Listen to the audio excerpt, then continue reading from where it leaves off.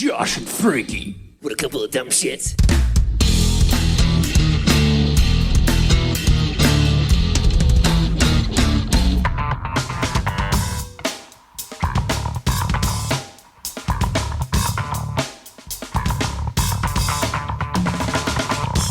Hello, Primates! You found Primus Tracks. Congratulations! As if you didn't need more places to find us, there are. We are at Primus Tracks on Instagram and Threads. PrimusTracksPod@gmail.com is the email address, and there is a Facebook page run by my co-host. It's called Primus Tracks. Imagine that. I am Josh. He is Frankie Berestein all the way up there in Primus Tracks Towers. Hey, Josh. Hey, Frankie. Hanging out on the 39th floor on a beautiful September day. Hope you're having a good time. And hey, today we're talking about Thai Noodles, track 2 from the Bernie Brains album. And I got hungry, so I had to order in. And it's so wild, Frankie, because my DoorDash guy, I know him. So he's hanging out with us today to talk about Thai Noodles. Just so happens, Rory Dolan of Lespecial also delivers noodles to some people sometimes. Rory, what a coincidence. I heard Frankie said he likes the Thai noodles, apparently. So I had to come by. Absolutely. Both of you. Absolutely. You guys appreciate that kind of thing, huh? We do. And I appreciate that you will hang out and watch me eat food. Oh, yeah. It is great. If there's one thing I don't like doing, it's watching people eat when I'm not eating. But you're made of sterner stuff than I. Rory, it's really cool to have you. Always great to have the Men of Lespecial on the podcast. What are you guys up to these days? We just got back from a little jaunt in Colorado with our Punkadelic family, Mike Dillon and Brian Haas. I just got back the other night. We did a 4-night run out there. Let's see, Colorado Springs, Boulder, Fort Collins, and then Steamboat Springs. Nice. So those are 4 shows. They were a lot of fun. I played drums for Punkadelic on those nights as well. So it was a double duty situation. I felt very strong after playing lots of drums with with Jazz Dad, that is, and Uncle Brian Haas. Nice. Jazz Uncle. It was really fun. It's always good to get out to Colorado, and we went around Denver and played some of those secondary markets this time. So. Nice. And I understand you'll be in the Southeast, I think, around New Year's time, and actually before then, I think. Yeah, we have a tour coming up. We're busy throughout most of the fall now. I had this past weekend was off, but now until through December, we're pretty much just full bore. We've got a bunch of stuff in October. We've got our Getaway event in our hometown of Kent that's coming up. Mike Dillon will also be there. Nice. That's October. Let's see, it's the 19th. Is the 18th and 19th October this fall in Kent, Connecticut. There's still a couple cabin spots open for that, so you can follow the link or whatever if you're in this neck of the woods and looking for a special curated experience. It's always nice. A good time. It's our 5th year. And then shortly thereafter, we are starting a tour of Southeast and this band Doom Flamingo. That'll take us through November. And then there's a couple other dates. And then a New Year's run that I had mentioned to you because I was opining about not being able to make it to the Primus shows. But yeah, balls, you gotta eat. So yeah, you gotta play shows. You gotta put Thai noodles on the table, and sometimes you have to play shows when your favorite band is playing shows. Exactly. Duty calls. But I'm excited. You guys will all be there, and I'm super excited in particular for the fact that Brain is going to be there, and I can't help but think that there's going to be some collabs happening, and maybe we'll see him play drums with Primus again. I think we will. We're going to manifest it. One can hope. I think that would be wonderful. Speaking of Brain, he's all over this record, of course, the Colonel Claypool's Bucket of Bernie Brains record. I wanted to ask you about your relationship with this record and your experience of seeing the band live and, coming back to hearing some of Brain's fantastic drumming in another context.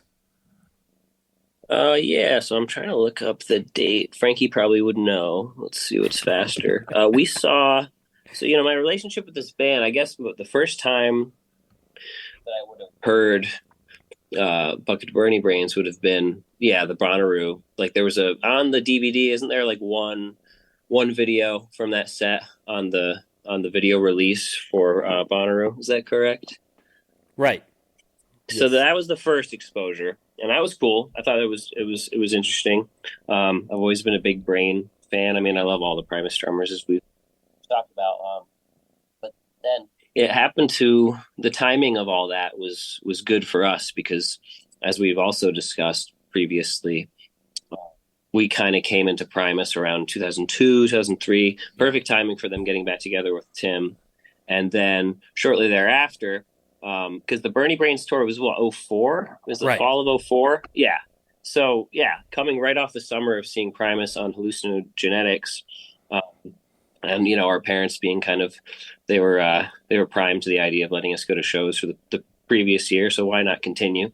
They let us go to down to Roseland Ballroom in October of 2004, I believe. And we saw that show, which I thought was great.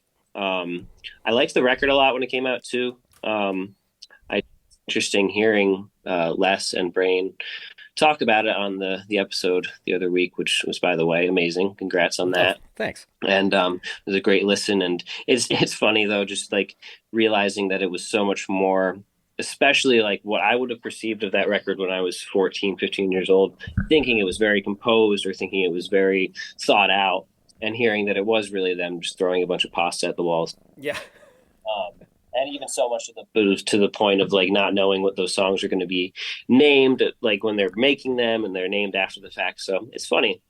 And as an aging musician, I kind of relate to it more and more. The fact that as you progress, sometimes it's nice to have things that you don't have to think a whole hell of a lot about and let them be. They're going to be, That's an interesting idea. Is it what is that grounded in? Is that not wanting to think very hard? Is it being tired, road weary? What? It could be a combination of any of those things, but I think Les is maybe referred to. Maybe he was talking about Bastard Jazz, where he said it was like his vacation band because it's like he doesn't have to think about, like he's not stressed about it. It's not like doesn't feel like work. And that's not to say that any of this stuff isn't worth it, worthwhile in the end. It's not just like some weird byproduct of that. But to get back to seeing the band, I remember being a great show. I remember being thankful that the live recordings were available for purchase there because we on afterwards. I remember them doing they did a P-Funk jam. I couldn't place what song it was for the longest time because on the live recording it was labeled Jam 1 or something. It was just some arbitrary, just Jam 1, Jam 2. Turned out it was a track called Do That Stuff, which is a P-Funk number that they would jam from time to time with Bernie. And that's just kind of another funny, like Les and or, people that Les played with revealing something to me that I came to kind of through the back door, sort of like, oh, okay, that's a P-Funk song. Now I've learned something about P-Funk, Yeah. So that's cool. We met them after that show. I remember waiting at the buses and getting autographs. Head had like Freddie Rubber Chicken, and Luke got Les's autograph. Les told Luke to keep playing that bass or whatever. It was a nice moment for Luke. I remember seeing Scare. He listened. He continued to play the bass. I remember seeing Scarrett get into a cab after that gig and having this thought of like, wait a second, because he sat in that night. Wait a second, he's going to another gig? He can play another gig after doing this gig? It's like, what? What are you talking? It was a funny little realization there. But yeah, super brief, getting their autographs on a ticket stub moment. But I was grateful that we got to see the band at least once because it was such a rarity. Say anything at all? No. I remember getting his little scribble of his signature, and that was the extent of it, really. So he'll sign autographs, but he will not answer questions or say anything. No, not at all. Do you think he would have taken a photo with you guys? I don't know. It's a good question. At this point, it was like no one had any kind of means of taking a photo unless you had a disposable camera of some sort, pre-cell phone. I didn't even have my first cell phone until probably 8. We're talking 2004. So right. Potentially, but I don't know. I don't know if he was into doing that kind of stuff or Yeah. not. That seems Probably not. typical, though, that he would just silently sign something, hand it back to you, and stand there. Much. That's all we really wanted out of it. Um, but but yeah, listening back to this record, it's cool to hear so much Les and Brain interplay, and it's a chemistry that I definitely appreciate a lot. And I did listen to on my drive today. I listened to a bunch of the live versions that Josh was kind enough to share with me, and I cross referenced a couple different 13-minute plus Thai Noodles jams, and they're all enjoyable for different reasons, and I'm sure we'll get into that later. But Yes. We definitely want to talk about today's track because it has an unusual drum line, and when there's an unusual drum line, I'm gonna ask Rory Dolan for his opinions, but we should set it up a bit. It's we're talking about Thai Noodles, of course. This is track 2 from the Big Eyeball in the Sky, the lone studio record by Colonel Claypool's Bucket of Bernie Brains. This one checks in at 3 minutes and 36 seconds. As with all of the tracks on the record, music is credited to the entire band, lyrics by Claypool. Frankie can expand upon that. Well, Thai Noodles starts off as an intricate, perfectly executed syncopation of bass and drums, peppered with Bernie Worrell's keyboard, which is then replicated by Buckethead on guitar, creating a remarkably virtuous performance. The song became a jam vehicle during live performances, sometimes reaching up to 15 minutes in length. Thai Noodles was premiered on September 24th, 2004 at the Quest Club in Minneapolis. It was played 18 out of 23 dates of the Bucket of Bernie Brains 2004 tour. It was played only once in 2005 by the Frog Brigade, and then it was performed regularly, semi-regularly by the Fancy Band throughout 2006. It was then resurrected for 6 times during the fall tour with the Frog Brigade reunion from 2023. Although it's worth pointing out that not all of these performances featured a full Thai Noodles. Sometimes it was performed only up to the first verse, and then it became another track, like This Diner, for example. So Les was just making use of that 6-string pachyderm. As a little bit of trivia, did you know, Josh, that the ending of the song is meant to convey that the entire narrative was a voice message somebody left on an answering machine? Oh, is that what that sound is to indicate? Yes. So somebody's leaving an elongated message about Slick. So now Yes. so that completely turns on its head my interpretation of the lyrics. Now I just think this is drunken rambling. I was unaware of that. I mean, I was aware of the sound, of course, at the end of the track, but was not aware that that was its purpose. Is that documented somewhere? Is that from an interview with Les? Indeed. Oh my And God. then when we asked him about it, and this is also something that he mentioned in the Bucket of Burning Brains chapter on the Grapevine book, this song is just totally random. He just well, on the Electric Grapevine book, he mentions that he has no idea where the notion of a song about Thai noodles came from. Yeah. And then he speculated with us that he might have seen the dish somewhere. So it's all kind of spontaneous and random. Such as this band goes. So it just seems appropriate. Thanks for that, Frankie. Huh. I used to leave elongated voicemails for people back in the old days, and just to bother them. This would have been a good one. It's too bad I didn't just read these lyrics in a slurred voice. Rory, look out! I might do that to you. So be prepared. Just let it go to voicemail.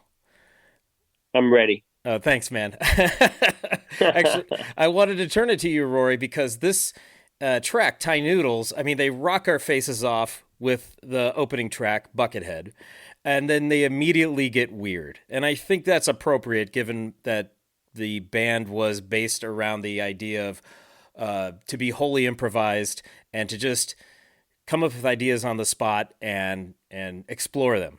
And this one starts with a percussive bass lick and a very unusual drum pattern that almost, in my notes I wrote, that almost refuses to commit to something conventional. There's a couple of parts I'd like to play to illustrate that. But in general, Rory, what draws you to this track? And I imagine it's got to be what Brain's doing. Yeah, it's a really nice hookup between Brain and Les, and this is the Rainbow, correct? The 6-string. Yeah, it's a rainbow bass. Yes, that's a nice hookup for him and Brain. And yeah, it totally sounds like it's something spontaneous. Like Les just had to play that. What he's doing is not even that for Les standards that layered or that crazy rhythmically, but Brain is just following him very well. And you can hear him kind of thinking and improvising as he goes too, because it's consistent enough, but he's searching, and then he gets somewhere towards the end. I like the little double kick flourishes that he does at the end. Yeah. Something you didn't really hear him do a whole heck of a lot of, and it's not even super flashy, but it's very. But yeah, it's hard for me to. I guess maybe it's hard for me to talk about it without wanting to play it, and as we know, I can't necessarily play it for you right now. Okay. But yeah, it's a good one. And the more I listen to it, the more I'm kind of like, I really dig the drum pattern and the hookup with the bass and the drums. And I really appreciate Buckethead's work with all the tapping. And I think that's really cool, especially towards the second half where it kind of goes to sort of the B, like, it's like, I can't, the Thai Noodles repeated. And then he gets the double kick drum pattern. That's sort of the second phase of it for me. But I feel like maybe I listened to it so much today driving down here, and the thing that my least favorite thing are probably the vocals about it. Yeah. The more you listen to it, you're kind of like, oh well, this is definitely kind of nonsensical, but it's still fun. And the live versions, you can definitely hear them going elsewhere with it, and the kind of different teases and whatnot that they would go into, like Precipitation. I appreciated that too, because then I also was thinking, have I heard this on the 6-string ever? I think it's really cool on the 6-string. The only time Precipitation was performed that way without the upright. Yeah, I thought it was really neat. I want to play a couple parts here, and this is straight out of the intro with a lot of stop-start. And if you're a Primus fan or a Les Claypool fan, you get a lot of stop-start. And I just wanted to play a few seconds of this intro where Brain, you use the word searching, and so I wonder if that's what he's doing here. Because, when we talked to him a couple of weeks ago, he said he's always thinking of, what would I play here? What should I play here? What should I play next? So it does seem, even though he's searching, he's also calculating while he's doing it and recalibrating in the moment, it seems. And so I wonder if this is exemplary of that idea. Old slick, he's slicker than spit, he's slicker than alligator shit. Ask the girls in town and man, they say he's it. That's our old slick, he's lightning quick, he's slyer than old Saint Nick. He'll send your eyebrows up. So Brain's just stopping a whole bunch of times, and then counting a beat or a beat and a half, and then coming right back in. That sounds like it would be a lot of fun to do, but also pretty challenging. Yeah, I mean, they're definitely just jamming, and it's funny too to put yourself in in his perspective of having played this without the vocal part too. So it's just, this is happening, we're assuming it's happening between, Bucket, Brain, Bernie, and Les. Maybe it's not even though. Maybe the other two guys did it after. I was going to kind of go into that. I'm not sure if they alluded to whether or not when they tracked the record, if it was always they were always tracking all of the musicians playing at the same time, or if there's some stuff that happened aside from just the vocals, which we know that Les likes to do that after the fact. You know what I'm saying? All this one jam that got cut into different things, different segments, or if maybe this was something that started with just Brain and Les. It certainly sounds like it started with those two guys, because Bucket and Bernie are around the edges when they finally do make their presence known. And then, it takes a little while for them to make a more assertive contribution, I suppose, to the tune, which is that's not a criticism. That's just how it rolls on this tune. And it's very much just Les and Brain kind of playing with each other, it seems, playing around. Yeah, for sure. There's another portion I wanted to play because Brain brings great variety to this track. And, of course, that's to his credit as being a killer drummer. This is at about a minute into the tune. He does a fair amount of stuff here in about 20 seconds.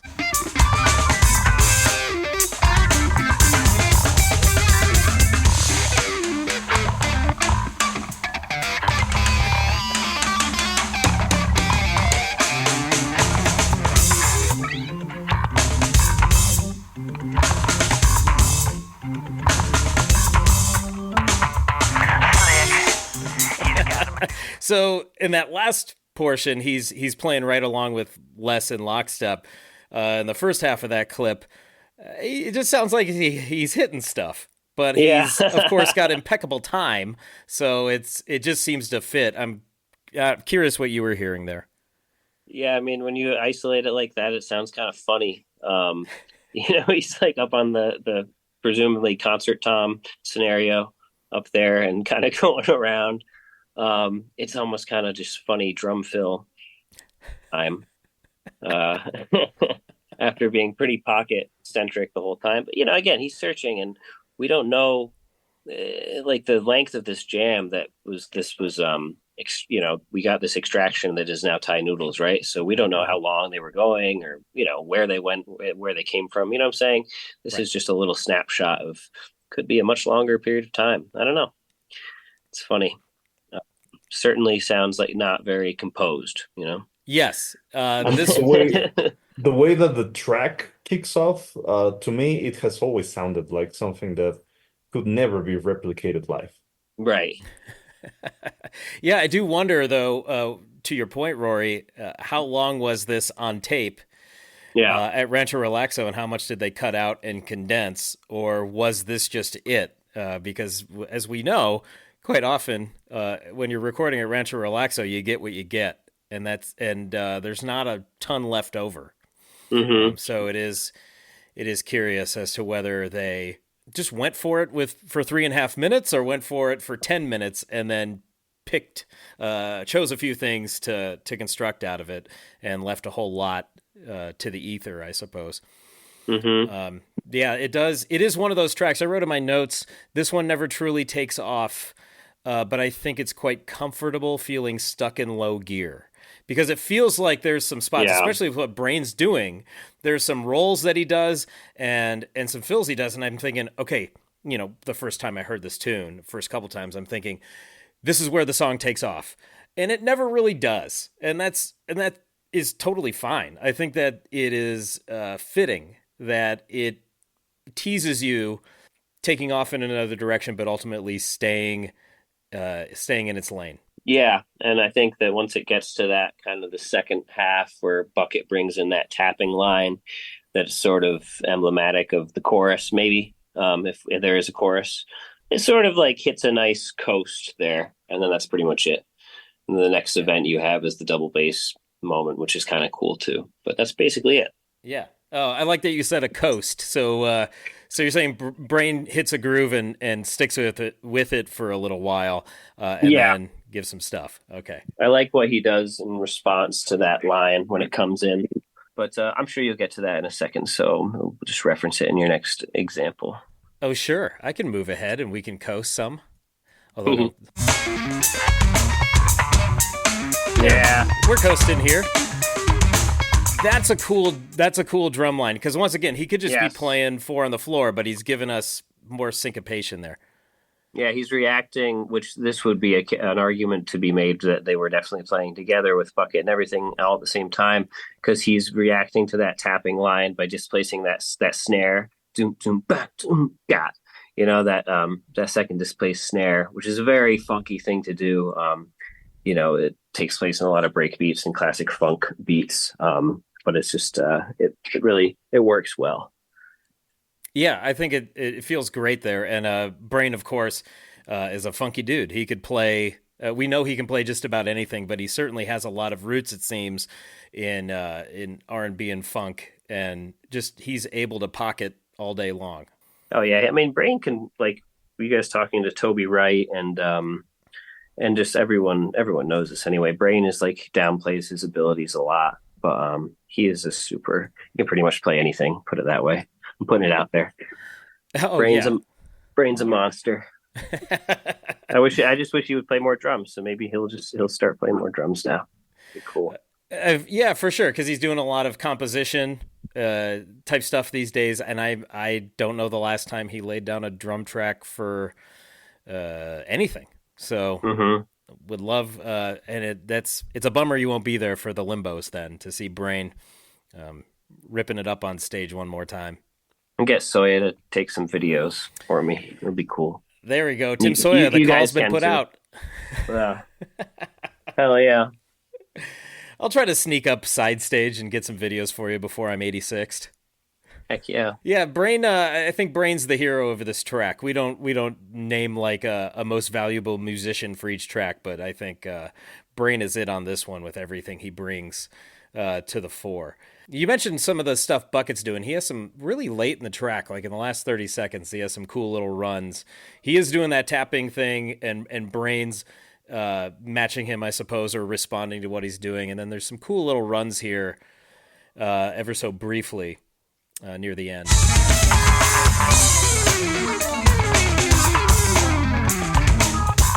Just that little bit right there is awesome.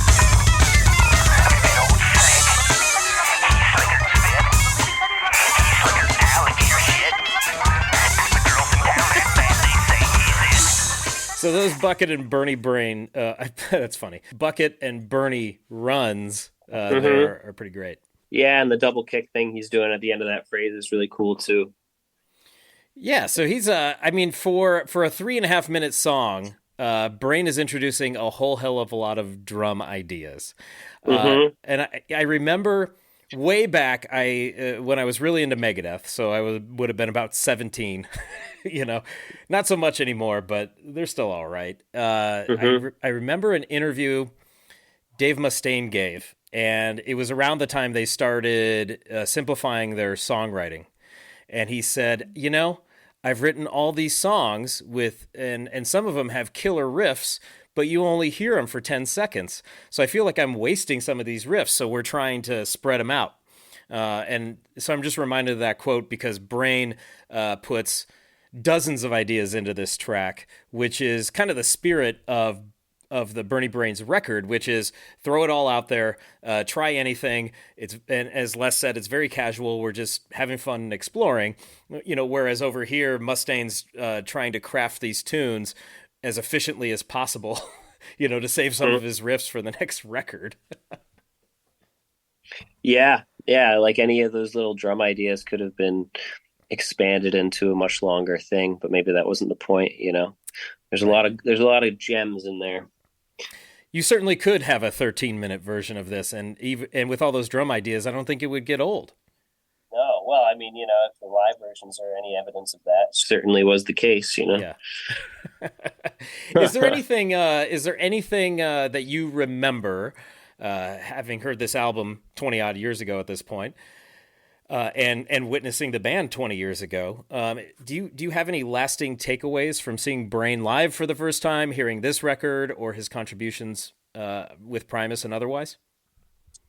Well, I mean, the show itself, aside from the meeting them that I tried to recount before, I mean, it's 20 years ago, so it was a little while ago. I could just pull a Les and say, I don't remember. But no, you know, I wish I could have seen Brain again more recently, you know, when I have a little bit more insight into some of these things. One thing that's interesting that we were just kind of referencing the double kick thing is that I wonder, I mean, I don't know if he had a double kick drum pedal even in like Videoplasty era. I don't think he did. Does anyone know? I should probably know this. I don't think he did. I don't think he did, but it's interesting that he would bring one out for this band and this tour. Because he's kind of always been known to be a single kick player, almost pride himself on that fact. So it's interesting to hear him playing some double kick, and I do recall taking note of that at the time, being like, oh, he's got a double kick drum pedal. But yeah, I wish I could have seen the band more. I wish I could have seen more of Brain. It's definitely something I appreciate maybe even more so now than I would have 20 some years ago, about just the notion of having a band that is pretty much fully improvised. And even the songs that they ended up with were the result of improvisation and just kind of figuring out how to package that.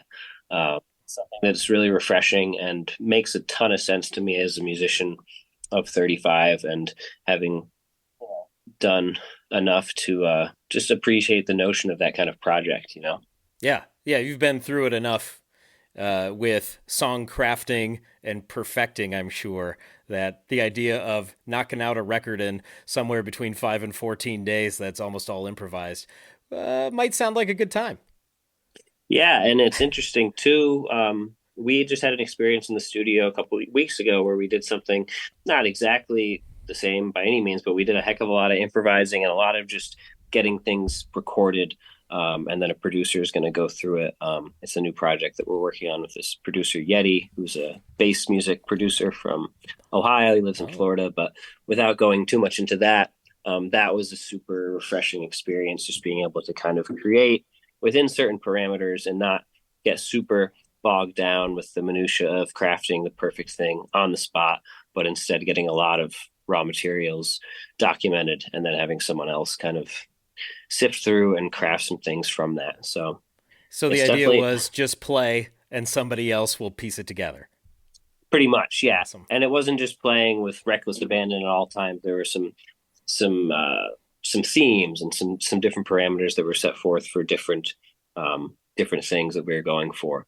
Also helped you not be overwhelmed by the endless options that you have when you sit down and say, just play anything, like create within this framework, create within this idea or theme, or tempo or key, that kind of thing. Mm-hmm. So I think there's something to that. And it also is similar to writing words and or just generating concepts and ideas with other people. It's, for me, I think my strength lies in having a framework because it takes shape in my mind much easier than if I'm just given a blank page and make something. So within a framework or within an idea, I feel like I can be much more effective with idea generation or just funnier, if we're just trying to make each other laugh, that sort of thing. So it just, for me, that works out really well.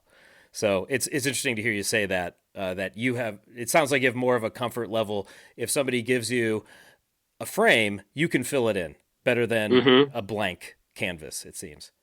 Totally. Okay. Yep. Absolutely. Right on, man. It makes sense to me. But I think that way as well, or I feel more comfortable in that context. Mm-hmm. Frankie, thoughts on the instrumentation on this one before I talk about lyrics? Intricate, fascinating. The kind of thing that I whenever I listen to the record, Tiny Noodles sounds like it's something they polished. It's something that they made sure sounded so unique.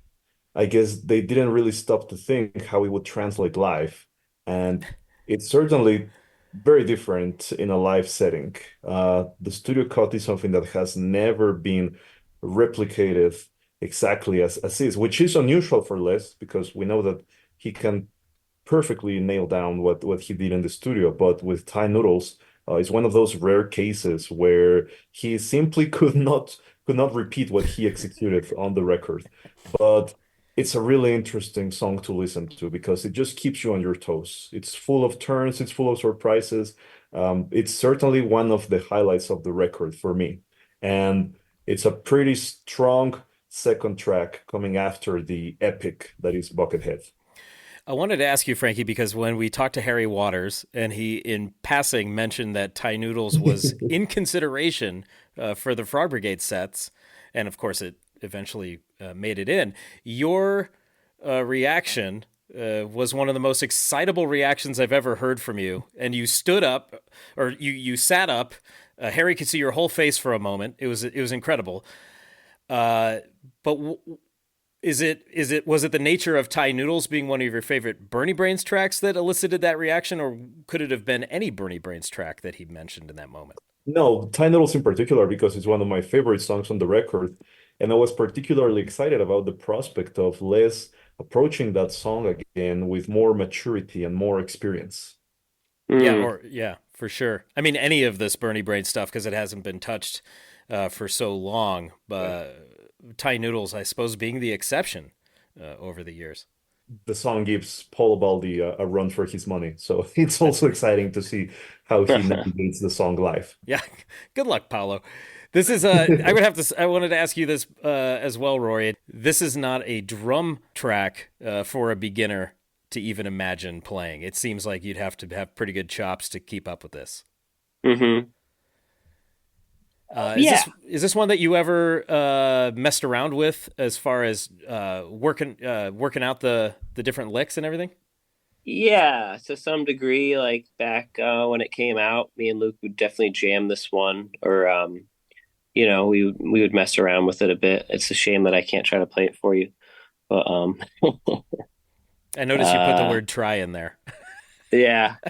Yeah, I wonder what it would sound like. It probably wouldn't sound good. But if what I could do that might work better if you want, I can send you a clip of me trying to play it and you can insert it or something. Sure. Editor's note. The following is Rory Dolan demoing Thai Noodles on drums. It is AF funky.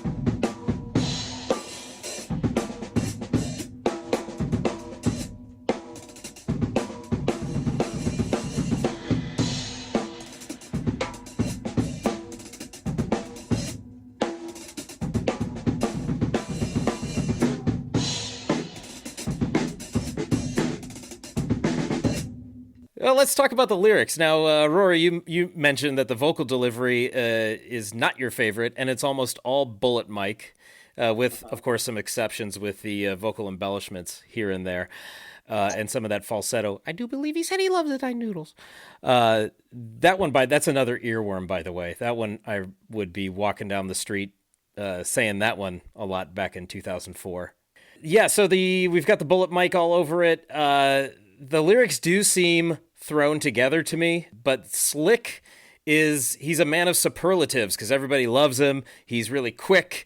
He's got a memorable voice, and it reminds me of the character of Puddintain, Frankie, because Puddintain is talking himself up, but here's Slick being held up on a pedestal by somebody, and I should mention, too, my brother-in-law calls everybody Slick. That's how he greets everyone. So every time I see him, he says, "What's up, Slick?" And I'm always reminded of Thai Noodles. I've never mentioned it to him, but that's where my mind goes every time. There also is some evocative imagery, of course, as Les is wont to do. He uses phrases like, gives you that albacore stare, albacore being a kind of tuna. That's an interesting one. He says his voice hangs over you like New Orleans air. So New Orleans, down in the bayou in Louisiana, I've been there. The humidity is oppressive, and I think that's what he's getting to when he says that voice hangs in the air. So there's some good stuff. He also says, Frankie, he says finer than frog hair. I had to look that up. Frogs don't have hair. I guess there's one species of frog that mimics having hair, and it's some kind of evolutionary adaptation. I didn't really read too much into it, but frogs don't have hair. So I'm not sure what he's going for there. And that's about all I have on this. The rhyme scheme's pretty readily apparent. Each stanza, the lines rhyme with themselves, and he's got this repetition of how great Slick is. He's this, he's that. Have you met old Slick? And he loves his Thai noodles. So, interesting guy. What are you pulling from it, Frankie? The exact same thing as you are. Someone is obsessed with Slick. They look up to him tremendously, and they just had to share that with someone that wasn't home, apparently. Yeah, I had to pick up the phone. I had to leave this 3.5 minute message about Slick to someone, and I just had to get it out. And it certainly does feel like drunken rambling at that point. So it certainly gave me a new perspective when you tossed that out there, Frankie. Fun vocal deliveries, though. It also makes sense to pull from the narrative of a character because, I mean, Les could have seen a bowl of Thai noodles and he thought to himself, well, what a cool topic for a song. But then that doesn't work from a first person perspective, right? Yeah, I love me some Thai noodles. Yeah. That's not as good as what he came up with. Yeah. Yeah, he certainly... It's funny that the name of the tune is Thai Noodles, and it really doesn't have anything to do with Slick, other than it's mentioned that he likes Thai noodles. But he's so much more than that, guys. Slick is a well-rounded individual.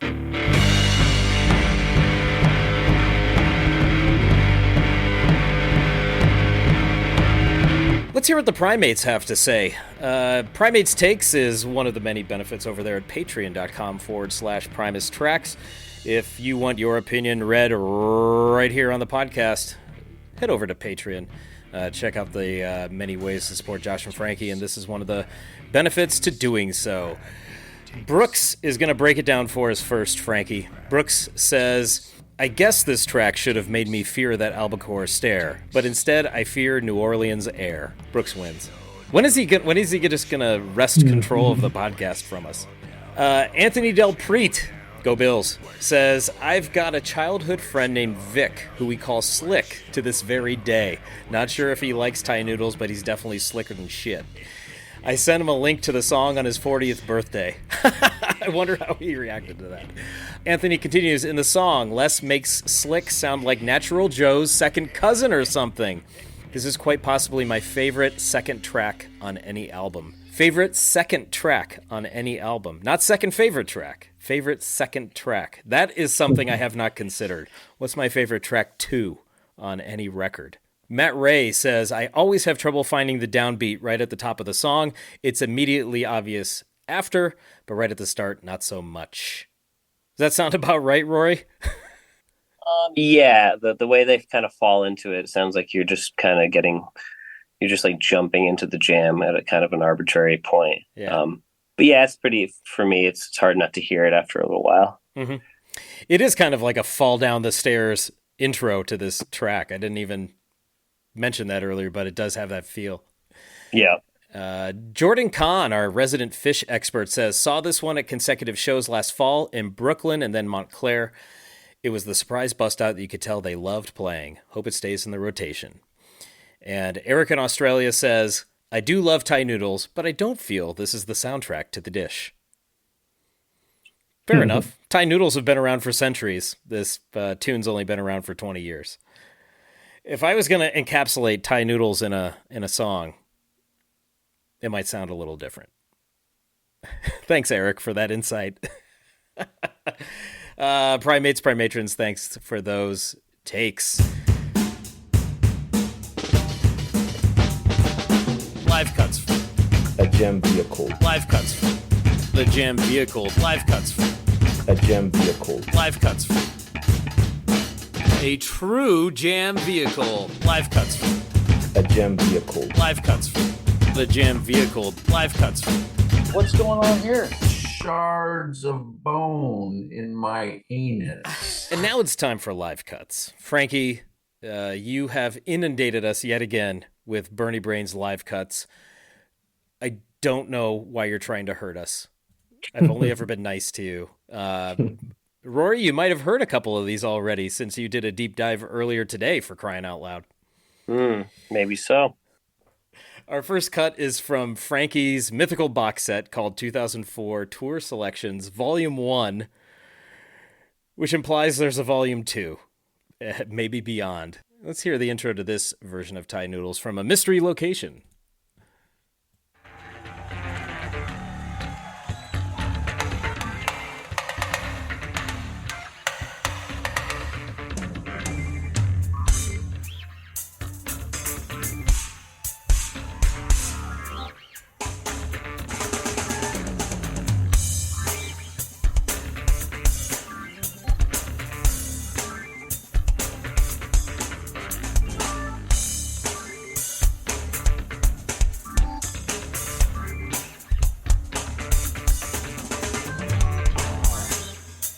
I'm really just listening to Brain now. I'm so locked into hearing what Brain's doing, and he's doing some really cool stuff there. Rory, what are you hearing? Yeah, it's more of the same. It's cool. What Brain's doing is cool. It's an interesting sounding recording. Is that a soundboard? Sounds like a wonky soundboard. Maybe it's just the way I'm Frankie, hearing what do you it. know? Sounds like a weird audience recording, but Okay. it sounds cool though. I wish I knew where it was from, Frankie. That's kind of important info. The where and when. I'm just kidding. I'm kidding. No, we do get messages every once in a while from people saying, "Hey, can you give the date and location for these, for all these live cuts?" And I have to tell them I can give you some of them, but the ones that are from Frankie's box set are not identified in the metadata, so I don't know. That's part of the live cuts charm, that you don't know where they come from. You just enjoy them. Frankie's a gatekeeper, Rory. That's what I'm getting from this. Oh man. Let's hear a bit of the guitar solo from this one. By the way, this one's only 5 minutes, so I think you can probably narrow it down if you search your soundboards or Toaster Land.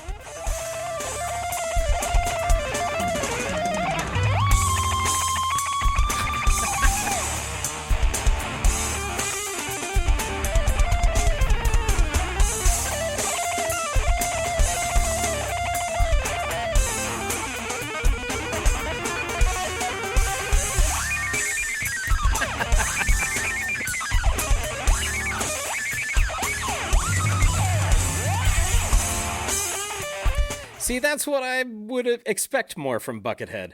That was fun. It's certainly nothing like what he does on the studio cut there.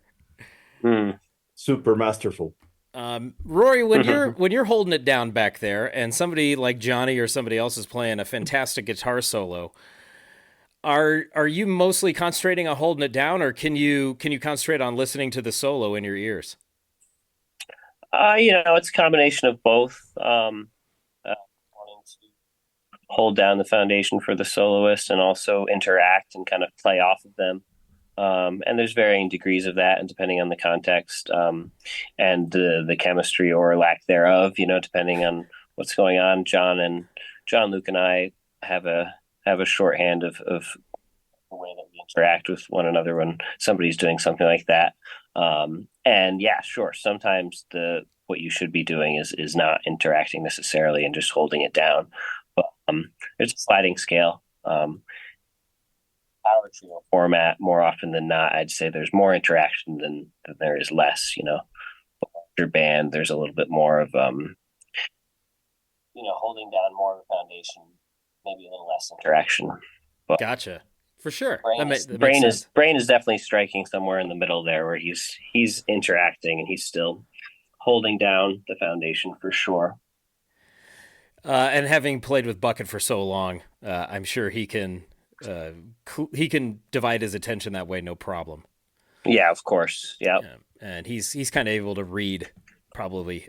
Most people can't because of the mask on his face, but Brain can read Bucket. He knows what's coming. Oh, definitely. Yeah.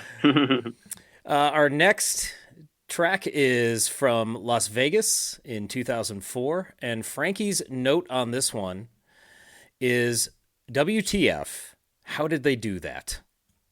Yes, because it's a moment where Les kind of I don't know if Les reacts to Brain or Brain is reacting to Les, but Les kind of bounces on the rainbow bass at the exact time that Brain is doing something with his snare, and that couldn't have been rehearsed. So how did they manage to pull that off live? Let's hear some magic.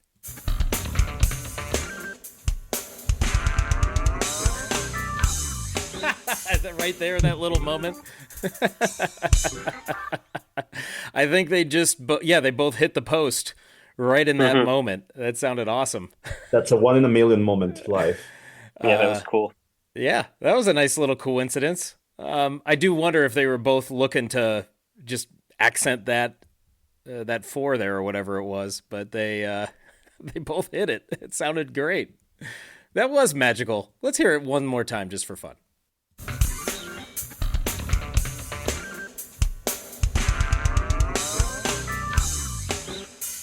That's nice.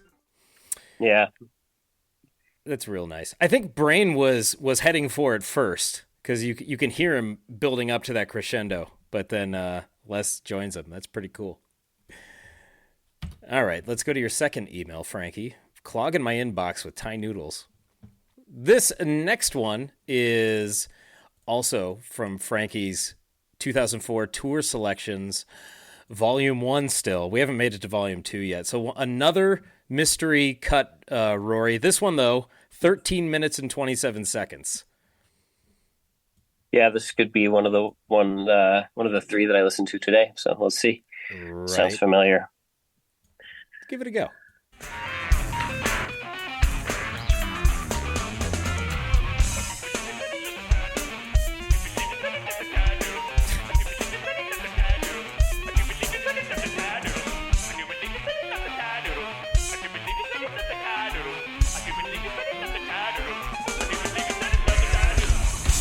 Yeah.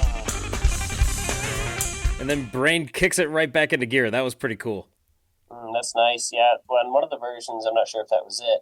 I heard something similar where Bucket was doing that tapping line, and then Brain would do kind of stop time on the one. Kind of Bucket go for a bit. That's nice. That's a nice little nice interaction. Way of breaking up the jam a little bit. And I guess I didn't catch it in the studio track as well. I know it's there, but this live cut, this particular extraction that Frankie pointed us to really illustrates how Les probably modeled that cadence for I Do Believe He Said He Loves the Thai Noodles off of what Bucket was doing. So they're right together there. Mm-hmm. And that sounds really cool. You also, Frankie, have a note for a jam. Well, if it's 13 minutes long, there's probably going to be a jam. Thursday jam.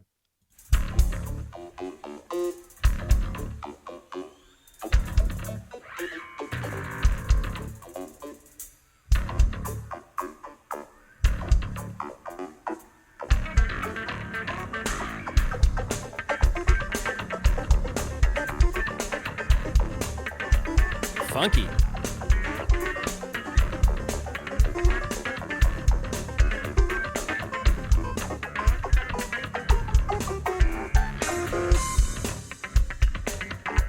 Oh, Les is doing some cool tapping there. I think most Primus fans would agree that the more tapping, the better. Rory, you're on that boat? Oh yeah. Is it in part because of your bias towards percussion? Because I mean, he's obviously a percussive player, so it must be pretty fun for you as a drummer to hear what he's doing on a bass. Yeah, for sure. It's certainly emblematic of Mr. Claypool, and on the rainbow, how can you go wrong there? So no harm can be done, in my opinion. Everybody's safe. Everybody's doing all right in that regard. Gee whiz, Frankie, this one's also from your tour slide. We don't know where any of these are from. We've got one out of four so far. This is for the listener that wants to track these down. This is the most frustrating episode in quite some time. Let's hear some of the intro to this mystery track, and maybe we'll sample the guitar solo or the end as well.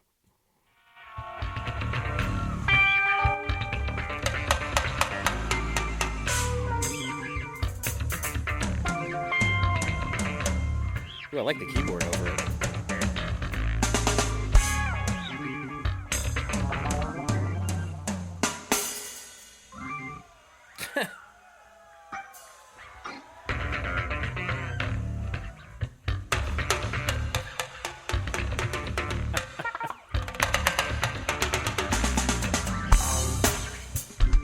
It's like they're daring each other to go first. Who's going to actually We're taking get their time, here? yes. Yeah, it's exactly what it sounds like.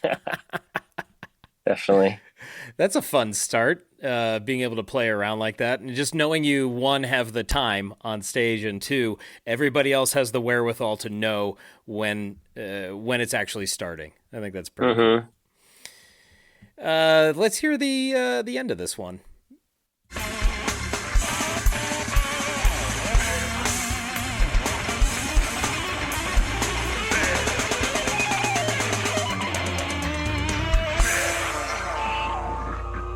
What was he saying? Is he saying slick? Slick. Okay. Yeah. That was fun. That was a nice rise to an ending there. You got a crescendo somewhere. I didn't know what he was saying at first. I thought Frankie was just yelling over the live track into his microphone.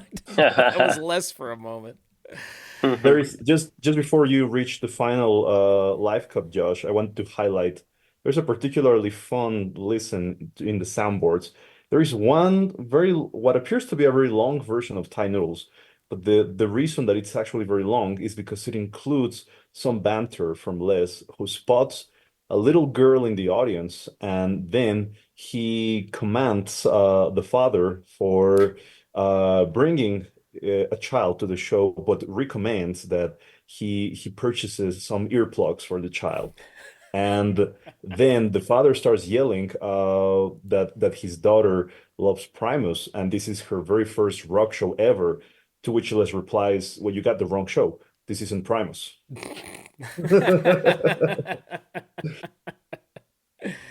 Good old stage banter. That's good. Like, did the guy leave? Is that the end of the story? Wrong No. show. Sorry. Takes off. One more. I like this idea. Just to round it out, Frankie has provided a fancy band version of Thai Noodles. So you can hear Paul Abaldi working his way through the track. And I actually have a date on this. This is June 30, 2005. Praise Jesus. Let me turn that one up. Let's hear the fancy band on this one.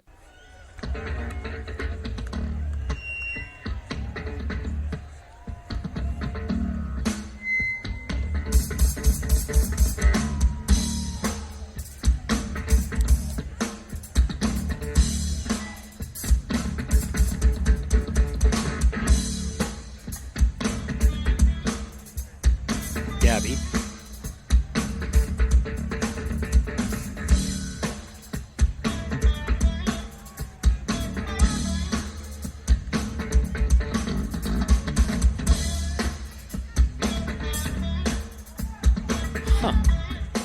So, Rory, I hear Paulo doing some cool stuff on the hi-hat, but I think he's sticking there to keep things moving, as opposed to the stop-start nature of what Brain does and what we've been hearing a lot in these tracks. Yeah, he's kind of picking out the one, maybe the main phrase that Brain is develops through the first maybe quarter of the track, as the main theme, and using that as the part. Exploring a little bit less. That's fun to hear, though. I don't think I had ever heard Paulo try that before, or had seen that with fancy bands. So that's neat. Sounds interesting on the sitar. Yeah. Paulo can hold it down on that hi-hat. I wasn't. Oh, for sure. I wasn't having visions of Jay Lane, but Paulo can make it happen. Oh, for sure, definitely. That's a cool little sample of how the fancy band did it. I guess we have another time code we could go to. Let's hear the fancy band jam on this one.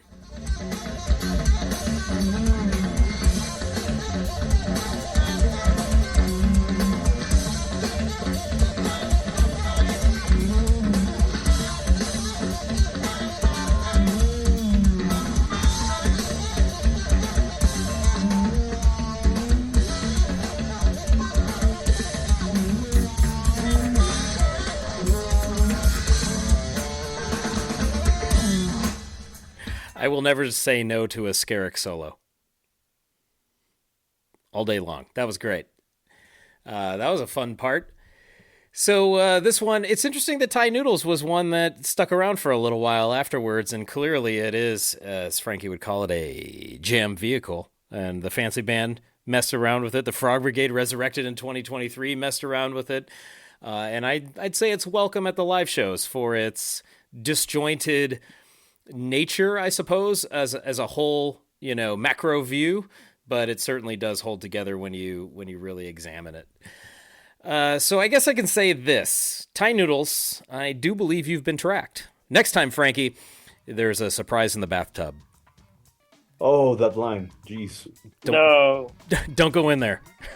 It's bad. It's bad. It's really bad. Thai Noodles that's it for Thai Noodles. And Rory, thanks a ton, of course, for dropping by again. And you guys can find Rory at Rory Dolan Drums on Instagram, at Lespecial Music, lespecial.net. If you are within 272 miles of one of their live shows, I recommend going. Thanks, guys. Always a pleasure. Thank you for having me. And always a pleasure.